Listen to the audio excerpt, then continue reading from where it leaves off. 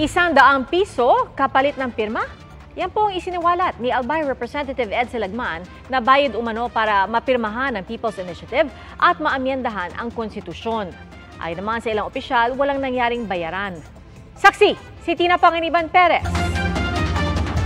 Sa mga litratong pinost ni dating Ako Bicol Representative Alfredo Pido Garbin, makikitang ilang alkalde sa Albay na nagtipon-tipon noong January 5.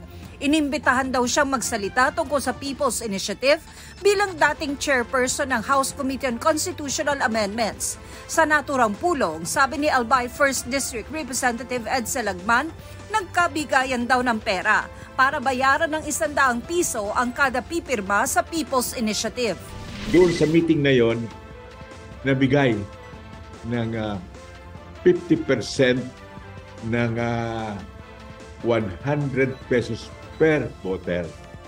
Ang sabi, susunod yung balance na 50%. Hindi malaman kung saan galing ang pondo, pero ang nandoon sa meeting ay mga ranking members ng Ako Bicol Party List.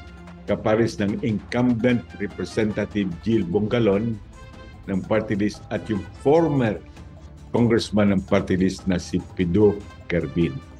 At yung mga nagbigay ng pundo ay yung mga Ako Bicol coordinators. Sa isang alkalde, 125,000 yung 50%.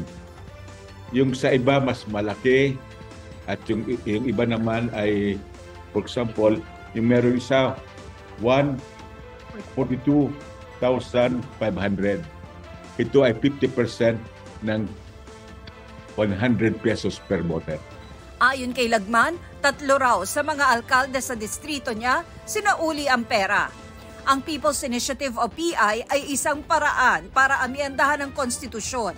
Sa ilalim nito, pwedeng magpanukala ng amendment ang taong bayan kung makakakuha ng pirma nang hindi bababa sa 12% ng bilang ng mga rehistradong botante, basta kada distrito, hindi bababa sa 3% ang lalagda. Ang kine-question ko lang yung pag-taint ng proseso na ito ay bilihan na naman ng boto o petisyon. Iyon ang kine-question ko. Sa Omnibus Election Code, bawal ang pagbenta ng o pagbili ng boto.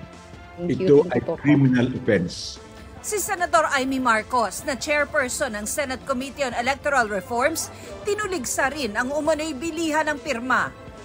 Kinumpirma naman ni Garbin na nagkaroon nga ng pulong na pinatawag ng League of Municipalities of the Philippines Albay Chapter, pero wala raw bigayan ng pera.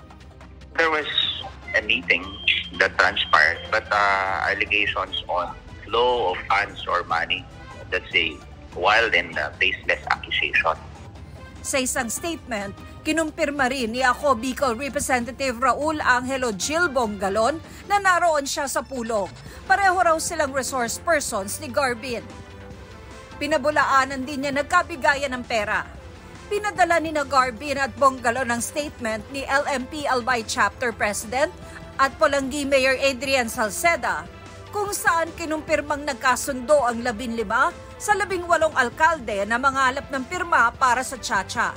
Pinabulaanan din ni Mayor Salceda na namahagi sila ng pondo. Ang COMELEC, sinabing hindi pa raw nakakarating sa kanila ang issue. Hindi pa po pumapasok sa ngayon ang jurisdiction ng COMELEC dito dahil hindi pa naman po election period, hindi pa po na-file sa amin kung ano man yan. Para sa GMA Integrated News, Tina Panginiban Perez, ang inyong saksi.